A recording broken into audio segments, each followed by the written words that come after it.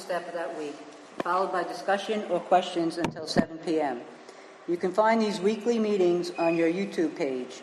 The Conscious Contact Speaker Group of Doylestown, And don't forget to smash the like button, subscribe, and share. Yes, actually, I skipped over. We have a 7th tradition that we ought to be self-supporting, declining outside contributions. And that brings us to the speaker portion of the meeting on this day, April 12th, 2021, in Doylestown, PA, at the Monday night 6 p.m. Stay Alive Literature and Step Group at St. Paul's Lutheran Church. Tonight's speaker is Mark, and he'll be sharing his experience on Step 2. So please welcome Mark.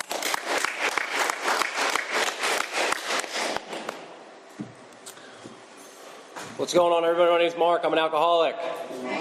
If you can't hear me, just, yell at me, say something. I'll raise the voice. First and foremost, thank you for inviting me. It's not lost on me when I get asked to go somewhere today. Prior to coming to Alcoholics Anonymous, there wasn't a lot of people that were like, hey, kid, you think you could come over here and hang out with us? People were like, don't come back and stay away from my pocketbook. You know what I mean? And the fact that, I get invited places today is a pretty cool deal to me, at least. Step 2, geez. When I think of Step 2, the only problem I had with Step 2 was Step 1. Point blank, I just didn't understand. What landed me on Step 2 was probably because of Step 1, the way my life looked. Anybody else experience resistance to spirituality, God, religion, and any of that stuff when you come here? You're like, because tonight we'll talk about the three-letter word. It's scary to people. We're not talking about job. God, or whatever you want to call it, man. But I didn't really understand what was going on. And I didn't come to Alcoholics Anonymous to find a power. I didn't come to Alcoholics Anonymous to become this sunbeam for Jesus. I'm not a holy roller. I came in here because I was a broken man. Well, actually, I was a broken child, man. I ran my life into the ground over and over and over again. And after being broken and broken and broken, eventually I would listen to somebody else. It was just I had to use all my ideas first. And I don't know if anybody can relate, but there was countless times where I said, I'll be done drinking. I'm not doing this anymore. Anybody else look at people? I'm done. A week later, I'm drunk. Going to a treatment center, 3 days later, I'm drunk. Actually, I go into a treatment center, and if anybody's like me, I'm in such desperate need for help, and when I get to the help, I run. I AMA. I don't need help that bad, bro. Or I'm in such desperate need for help, but maybe you find $10 and you don't need help anymore. You know what I mean? Or you're like me, you come to Alcoholics Anonymous and you're in such desperate need of help that you get a sponsor and you try to tell your sponsor the help that you need. Bro, you just need to give me a job, I'll be good. And I done all of those things, man. And eventually I hit this place of being broken where the 12 steps were put in front of me and I was willing to try it. But for the first 36 days of my sobriety, maybe some people relate. Anybody tried the gym? I went to Planet Fitness, push-ups, sit-ups. It's 10 days of sobriety. Boom, guaranteed, right? I got a tattoo. I let an addict put a word on me. I think he spelled it half wrong, but it was another 3 days of sobriety. I bought a $900 gold rope chain thinking that was going to solve everything that was going on inside of me. I tried everything you can imagine. I've tried arts and crafts, Netflix, chill, the gym, tattoos, scratch-off tickets, coffee, nicotine, you name it, plug it in. I've tried it, and by 36 days of sobriety, I felt worse than I did at day 1. And I couldn't wrap my head around that. I couldn't understand how I was removed from alcohol for 36 days, and yet I was feeling worse than I was when I was newly sober. It didn't make sense to me, so I called a sponsor, and so it's one of the things I'm a huge advocate for. It'd probably be a good idea to find somebody to talk to and ping some things off of, because my head, even to this day, still doesn't generate great ideas in sobriety. Even to this day. Almost 7 years sober, my brain 2 years ago was Mark, we need to work on our credit score. And then the following idea was we should go to Parks Casino. They're not meant to coexist, but run it into the ground, man. And so that sponsor of mine I had called at 36 days of sobriety. He answered the phone and I said, this isn't working. I do not feel how you feel. I don't know what's wrong. And he said, kid, I'm going to ask you some questions. And I just didn't come from like a gentle, like loving, kind, caring sponsorship. He's like, he just told me how it was. And I say this because maybe some people might feel this way tonight. I would get into his car and I'd complain about a 99-cent bag of potato chips when I was living in a recovery house, and a kid in the house stole it. And so I'd get in the car and I'd complain to my sponsor for an entire hour about the bag of chips. In which, when I finished, he'd go, kid, when you get done talking, I want to gouge my eyeballs out with toothpicks. I'd get in his car, he'd shake Advil. Just let me know, like, bro, like, we need to get you some tools. And he said, can I ask you some questions? I said, go ahead, shoot. And he said, do you pray? I said, no. He said, do you meditate? I said, no. He said, do you have a home group? I said, no. He said, did you do an inventory? I said, no. He said, have you shared your inventory with anybody? I said, no. He said, have you made any amends? I said, no. He said, do you do a daily inventory? I said, no. He said, do you do a nightly inventory? I said, no. He said, do you serve anybody on this planet outside of you? I said, no. He said, do you have a commitment at your home group? I said, no. There's about 11 or 12 things that people were doing outside of Alcoholics Anonymous that I had no idea about. He said, come over to my house tomorrow morning, 9 a.m. My initial thought was, that's kind of early. Like, I'm dying, desperate need of help. Man's going to help me. He's like, 9 a.m. I'm like, bro, it's like, I need sleep. You know, like, you know what I mean, man? And so I got to his house at 9 o'clock, and I remember I didn't want anything he wanted. He had a cat. He had a big nose. He looks like Robert De Niro. He drove a piece of crap Mercury. He was single and lived in an apartment. Like, I didn't want nothing that he had, right? Like, I'm allergic to cats, man. And about 6 months later, I'd call him back and say I was severely misunderstood about what you had. I was gauging the wrong things. But I'll never forget it. I sat down with this man, and when we embarked on Step 2, he just said, do you believe in something? And I came from Catholic school, so I came from a background, but me and God had parted ways in my 20s, man, when life didn't go the way I wanted to go. Clear as day, walked away. I'm done with this. Don't work. And so when he had asked me, do you believe in something? I had said, I believed in something way back when. I'm be honest with you, I don't think I got a problem believing in God. I just don't think he likes me. In which my sponsor looked back at me and he said, Mark, who said he's supposed to? It's a great point. Nobody ever said that. All that happened around here was like people asking me questions and got me to think. I said, well, that's a great point. He said, all right, well, if he doesn't like you now, he likes you. I'm like, hot damn, really? Like, I didn't know any better. Like, I was so naive, I had no idea. It's incredible. I burnt my life to the ground over and over and over again, and then at 36 days of sobriety, I want to join the debating society about God. He's like, kid, not one person in Alcoholics Anonymous cares what you think about God. We're not interested. He said, we're interested in you having a direct experience. And you come back and talk about it all you like. He said, we're interested in you connecting to it, you having an experience in it, not philosophizing about it. You were just homeless 36 days ago. We're not really interested in what you think. Of which he was right. Not many people walking in my life going, what do you think about this? I was like, I had nobody talking to me, right? And so we sat down, we went through the second step, and he had opened up to page 44, and he explained a bunch of stuff and lack of power. But the biggest thing that stood out to me was, much to our relief, we discovered we did not need to consider another's conception of God. Open the door up for me. I didn't have to believe in your God. When I got here, the problem wasn't God. I just didn't like his fan club.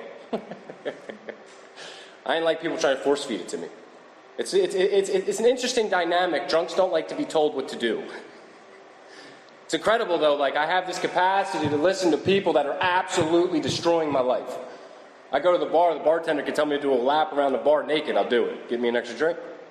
I land in AA, you people are trying to help me, and a wall goes up. I'm like, nah, man. Nah. And so I moved through the second step with a sponsor, and it was as simple as, it blew me away. For the first time in my life, I got on my hands and knees with a sponsor, and I held his hand, and we said a third step prayer. It's like there was the evidence. I would have missed it, though. It was so simplified. I don't know about anybody else, but it's like, you give me rice and beans, and I'm trying to make steak and lobster around here. It's so simple. Like, when I think about when the fellowship was first started back in the 1930s, right? We're doing the same thing today they were doing then. And when I'm long gone off of this planet, guess what two drunks will be doing? Same exact thing, man. Just one drunk speaking to another drunk, language of the heart, sharing experience, and we get better. It's just, if I'm at that beautiful place of desperation to where my ears are open and I can hear what you're saying. I don't know if anybody's like me. When I got to Alcoholics Anonymous, like, I separated from whoever was in front of me. My very first meeting, a woman came up to speak, and I was like, there's no way that she's going to be able to help me, man. She has no idea what my life is like, right? And I separate from everybody. It doesn't matter. It's absolutely irrelevant. I'll separate on, like, you're too old, you're too young, you're a woman, you're bald, you wear socks and sandals, like, plug in whatever. Like, I'll just separate from people. And I was at that beautiful place, and I'm be honest with people, none of this made sense to me when I went through it. Not a single thing. But interesting things started to happen. When I was drinking, my mother called me and said, the only thing you're allowed to call me for is a ride to the bridge so I can give you a ride there and watch you jump off. In a few short days after starting to implement spirituality into my life, that same mother came back around and said, let's split a pizza. Jump off a bridge, split a pizza. At 3 months sober, she said, why don't you come back home? At 3 years sober, she said, why don't you take that car that I was going to give you a ride to the bridge with? At 4 years sober, her siblings asked me to read the eulogy at my grandmother's funeral. And it continues to change and shift. It's incredible. I don't really think many people realize the impact other people are having just as a result of you being here. Like, people are sleeping better. There's a kid I'm trying to help right now, and he said a kid that he used to run with had reached out to him. This kid's like 4 weeks sober. Kid he used to run with reached out to him because he heard he was in a 12-step fellowship. Wow. It's powerful, man. You talk about the power that happens around here. I've never witnessed anything that even comes close to touching it. It's the most mesmerizing thing we have on the planet. And it's crazy because, like, we ask people to speak all the time, and the truth is, like, you can't even fathom it. Like, you can't put to words what happens around here. Like, I sponsor guys that are broken and homeless. In 3 weeks, they're like CEO of Google. I'm like, how does this happen, man? But you can't. Like, you can't explain it. I sponsored a kid that never met his father, and he's from Delaware, and he got right. And when he was back in Delaware, a girl came up to him in a meeting and said, I know who your dad is. You want to meet him? It's crazy. You just can't make it up, man. I have boatloads of experiences with this power. Make the hair on your body stand up, man. Like, I was speaking at a meeting in Delaware, I'll never forget it. The kid Max I sponsored was supposed to go with me, but he couldn't go. He said, there's 2 guys at the recovery house. You mind picking them up and taking them with you? I said, sure, no problem. I had no idea who these 2 individuals were. I picked them up. I get out to Delaware. We stop at a pizza shop. The name of the pizza shop is Nick and Joe's Pizza. Take a guess at what the name of the 2 guys in my backseat were. It's crazy because after the meeting I called Max and said, you're not going to believe this. The 2 guys are in the back seat, Nick and Joe, we stopped at a pizza shop, Nick and Joe's Pizza. He said, nah, Mark, you're not going to believe this. I was the only one at the recovery house tonight, and the kid had overdosed, and I got to hit him with Narcan, and he's still breathing. But if I'd have went with you, nobody would have been home. I recently bought a house, and my sponsor's parents were dying when I was thinking about it. And I had said to him, you know, you can move in. You've taken care of me, man. You've taken care of me, I'll take care of you. When I do buy a house, you can move in. I bought a house, I was fixing the attic, I ripped the carpet up. Guess whose name was carved in the wood? Sponsors. Took a picture of it, sent it to him. Powerful, man. I was going back to graduate school, I didn't know if I should go back. I actually sat there for a year and thought about it. Anybody else really good at thinking about something? We never get around to actually doing it. Sat around for a year thinking about it. I finally went and filled out the application. I show up on the interview to get into school, and on the table there's 3 magazines that the university has. On the picture on the front of the magazine is a picture of the professor at the university. The title is Fighting the Stigma of Addiction. Guess who came in to interview me? Same guy on the cover.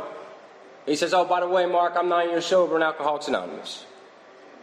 And just like stories. My sister just celebrated 6 months of sobriety 4 weeks ago. The people that we get to impact just from being here. You know? The way of life that I've been given. Thank God for the people that were here before I got here. Thank God for them. The people that came before me. You see, the second step was always in front of my face. I just couldn't see it. The second step was you before I got here. And it was you after I got here. It was every time you reached your hand out and you said, come back, please. It was every time you sent me a text message and said, why don't you come out to eat with us? It was every time you called and checked on me. It was every time you shook my hand when I didn't know a single person in the room. It was every time you gave me a hug and I had no idea who I was. It was every time you took care of me when I didn't know how to take care of myself. You see, this power's been in front of me the entire time. I just couldn't connect to it and I couldn't see it. It was a foreign concept to a kid like me. When you get used to living life the way we live it out there, it becomes very difficult to operate in any type of sunlight of the Spirit. I'm so resistant to it. I don't know how to open myself up to it. But it was the kindness of strangers that started to break the ice around my heart. And as the years go by, it continues to enhance it. It's crazy to me. I care about people today. When I was out there, I didn't care about a single person. It was only about me wherever I went. It's magical what happens around here. It absolutely is. I watch people's lives get recreated. I watch families heal. I watch miraculous things take place. And to come to find out, I found it practically by accident. You know? But I don't know, my sponsor sat down with me and we looked at Step 2 and I was extremely resistant to it. I can't explain why. I'd imagine a lot of people are. Anybody else not like Jehovah's Witnesses? I mean, they come knocking on the door, I'm hiding. I'm like, get out of here, I just don't like you, you know what I mean? He said, kid, have you ever said some prayers like this? Like, don't let the cops find the stuff in the car. I'm like, all the time, bro. He's like, don't let her be pregnant. I was like, I've said that a few times in my life, man. He said, you got no problem saying that, but when it comes to like this, like you telling me you got a problem?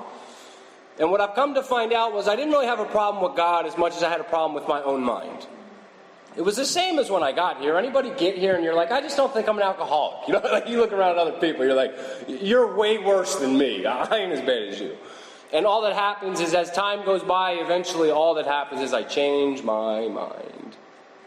Same thing at the second step. I never had a problem with God. I just had a problem with my own mind. It's interesting to me, and I think this is why many people struggle with it, in my opinion. When you look at all the things I've done out there, I feel like a low-life loser, piece of crap. Agreed? I come in here and I'm so low. And I'm under the impression this power must feel the same way about me that I feel about me. Do you need any more evidence that I play God? And my sponsor said, Mark, there's no evidence that supports this power, does not like you, does not care about you, will not help you. Anybody you ever say this one? It's a belief system, that's all it is. Anybody ever think on prom night, like was going to be the night it happened for you? Anybody? It didn't for me, but it didn't stop me from thinking it would. How many people in here have a phone?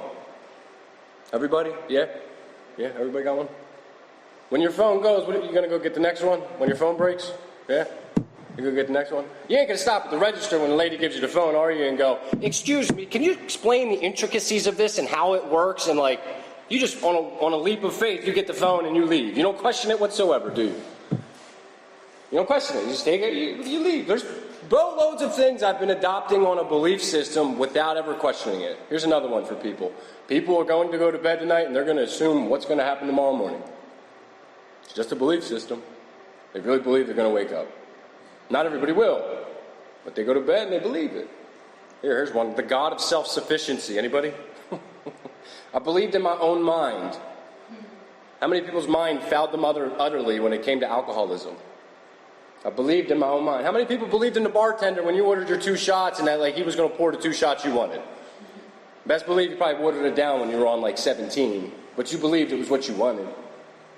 I've been believing in stuff the entire time. All that happened was I started to shift what I believed in.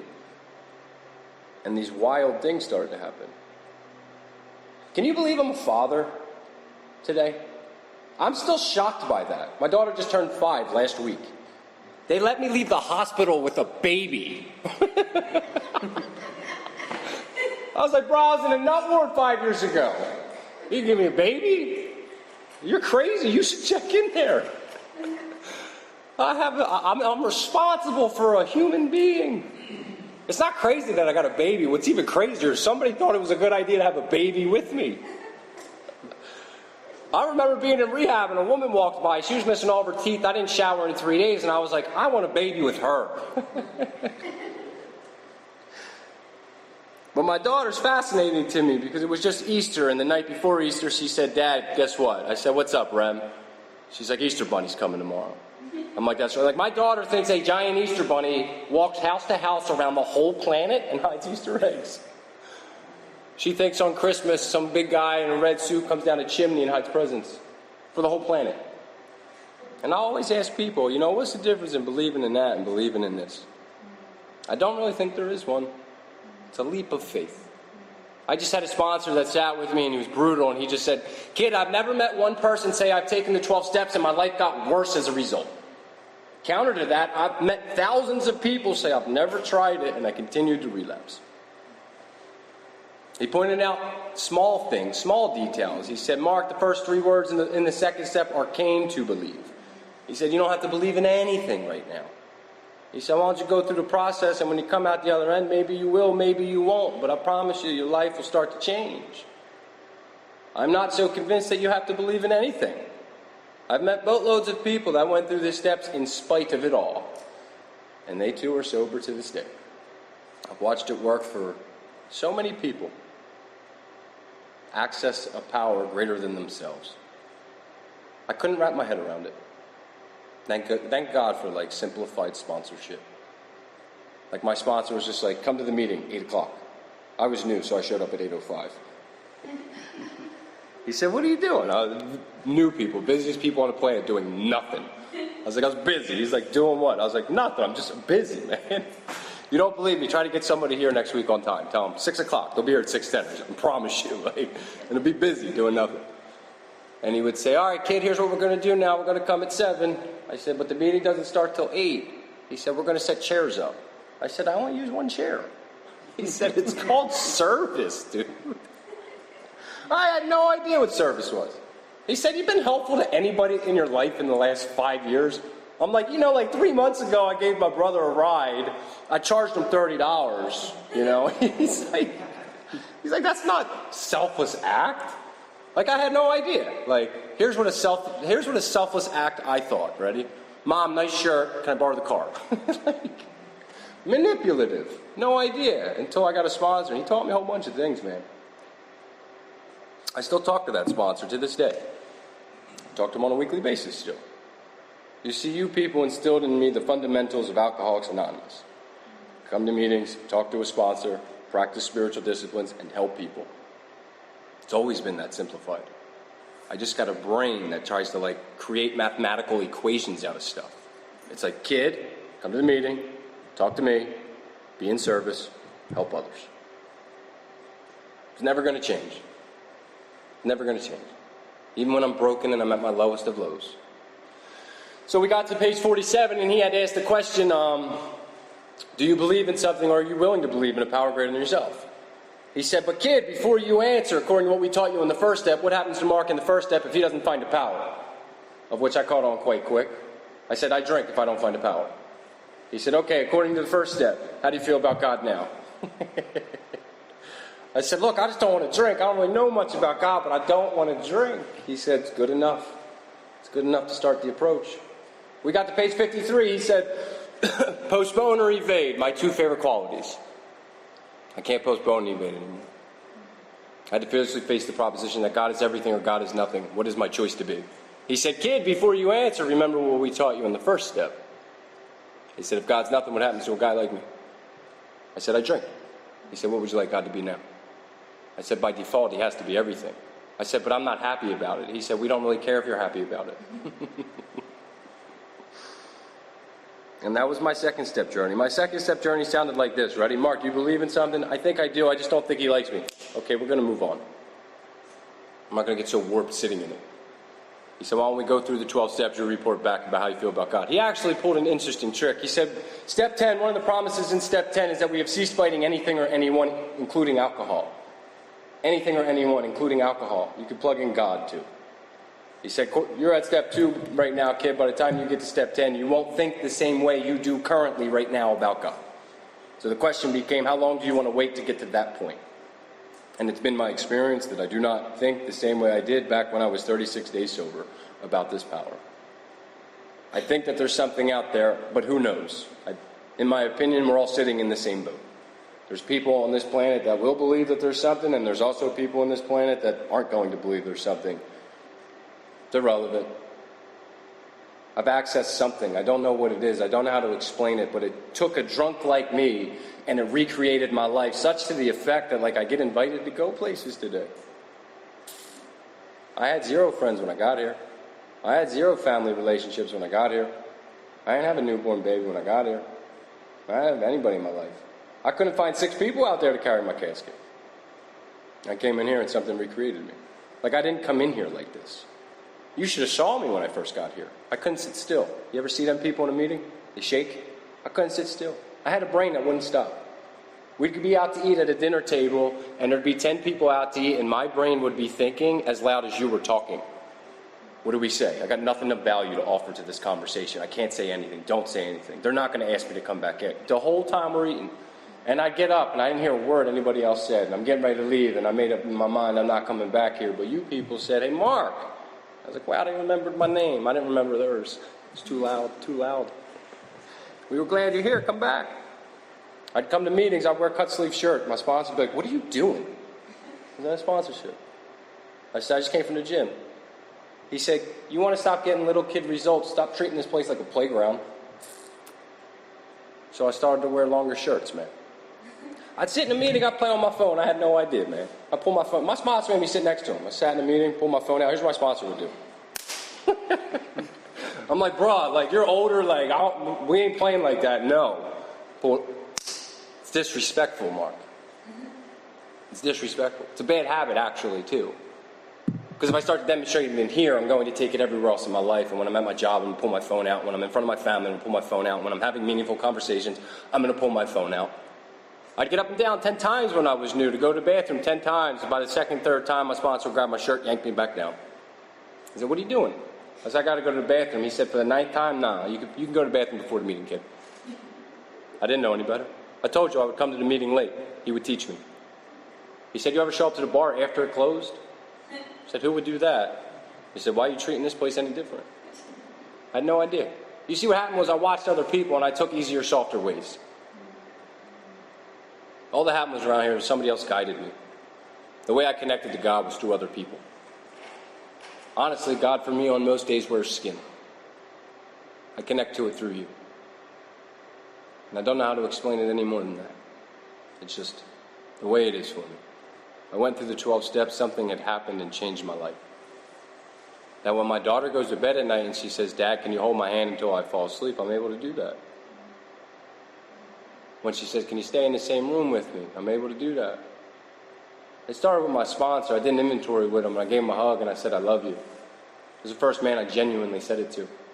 And I take it, and I take it back out into the world, and I say it to the guys I sponsor, and I tell them I'm proud of them, and I tell them they're courageous, and I go back to my mother and father, and I give them a hug, and I tell them I love them, even though it's not so easy for them to say at times. And I go back to my brother who's struggling from this illness right now, and I give him a hug, and I tell him I love him, and I tell him I'm here for him. And I take what I've learned in here, and I've taken it out into the world. And I think that's the point of it, to be of service to people. And that's what the power has done for me in my life. And yeah, so rock out. Thank you for having me come out.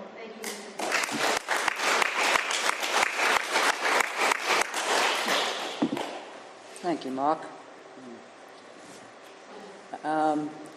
Okay, we're going to open the meeting to whoever wants to share. Please limit your sharing to 3 minutes, and don't forget to remove your mask. Please keep your shares related to the step. If you feel like drinking, or if you have had a drink today, please see me or speak to someone after the meeting. We ask that you please refrain from the use of profanity. We are in a church and on a spiritual journey. So I'm going to open up the meeting.